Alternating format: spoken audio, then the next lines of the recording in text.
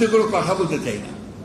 অনেকে অনেক কথা বলছেন, আমি শুধু একটা কথা বলতে চাই যে আজকে এই সুযোগটা বাংলাদেশের জনগণ, একটা কথা কিছুক্ষণ আগে আজকে প্রথম আলোতে সাইমন পারভেজের লেখা একটা পড়ছিলাম, যে কৃতিত্ব কার, কৃতিত্বের দাবিদার অনেকেই করছেন, তাই না? দাবি করছেন, নেতা হয়ে গেছেন, বড় বড় নেতা হয়ে গেছেন। এখন কৃতিত্ব আসলে জনগণের, বাংলাদেশের মানুষের। সমগ্র মানুষ এক হয়ে গিয়েছিল।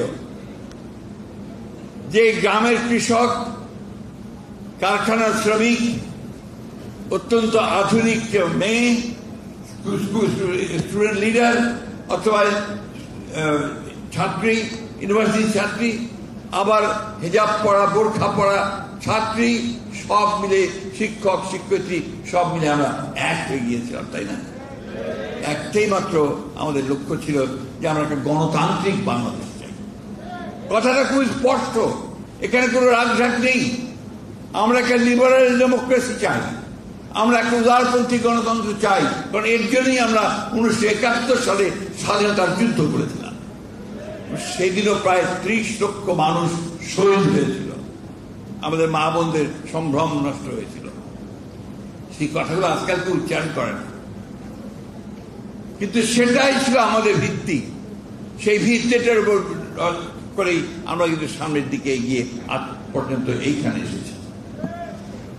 অনেকেই হতাশ হয়ে যাচ্ছেন আপনারা, আমাদের নেতা কর্মীরাও অনেকেই হতাশার কথা বলেছে, দুঃখের কথা বলেছে, ক্ষোভের কথা বলেছে। কিন্তু আমি আমার এই বয়সে, অনেক বয়স হয়েছে, আমি কিন্তু এতটুকু হতাশ নেই।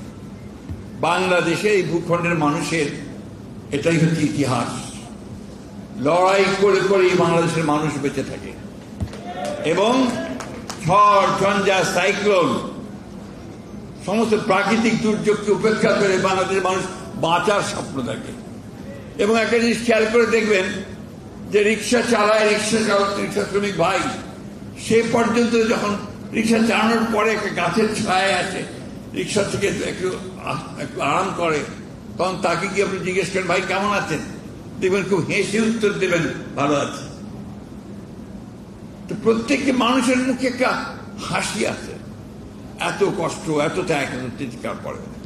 আজকে সেই আন্দোলনটা, আজকে এটাকে আমি একটা বলি যে 1971 সালের যে স্বাধীনতার যুদ্ধ, পরবর্তীকালের যে স্বাধিকারের জন্য স্বৈরাচারের বিরুদ্ধে যে আন্দোলন, সবকিছু বলে এই যে সংগ্রাম, এই যে গণ অভ্যুত্থান, এটা আমাদের কিন্তু একটা সম্পূর্ণ নতুন একটা সম্ভাবনার দ্বার খুলে দিয়েছে, নতুন বাংলাদেশ নির্মাণ করবার।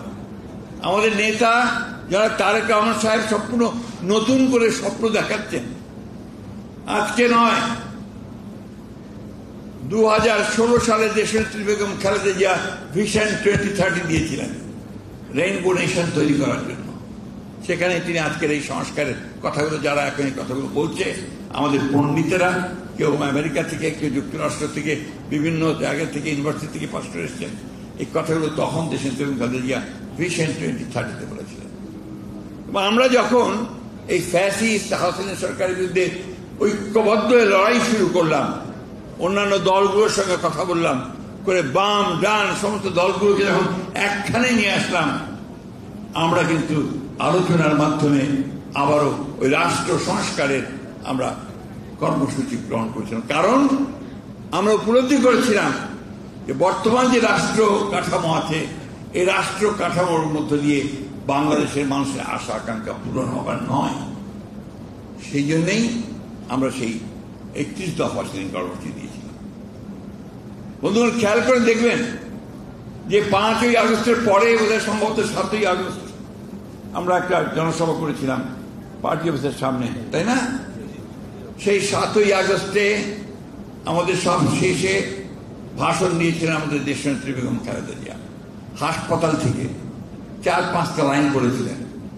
কি বলেছিলেন? যে প্রতিশোধ নয়, প্রতিহিংসা নয়, বন্ধুত্ব, ভালোবাসা, সৌহার্দ্য দিয়ে আমাদেরকে আবার নতুন জাতি গঠন করতে হবে। আমাদের নেতা তারেক রহমান সাহেব ওই একই কথা বারবার বলেছেন যে আসুন আমরা ভুলে যাই, আমরা নতুন করে আবার স্বপ্ন দেখি এবং সেই স্বপ্নকে বাস্তবায়িত করি, একটা সত্যিকার থেকে সমৃদ্ধ বাংলাদেশ গঠন করবার। বলেই ছেড়ে থাকেননি, তিনি প্রতিনিয়ত কাজ করছেন যে কিভাবে বাংলাদেশের এই একদম ফোকলা হয়ে যাওয়া অর্থনীতি, চুরি ডাকাতি করে লুটপাট করে যাকে শেষ করে দেওয়া হয়েছে, তাকে কি করে টেনে তোলা যায়।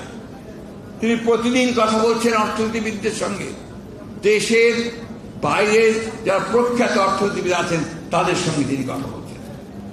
কি করে গ্রামের আমার সেই খেটে খাওয়া মানুষগুলোকে মুখে একটু হাসি ফোটানো যায়, তার জন্য সেচের ব্যবস্থা, বীজের ব্যবস্থা, পানির ব্যবস্থা কি করা যায়, তার জন্য তিনি কাজ শুরু করেছেন।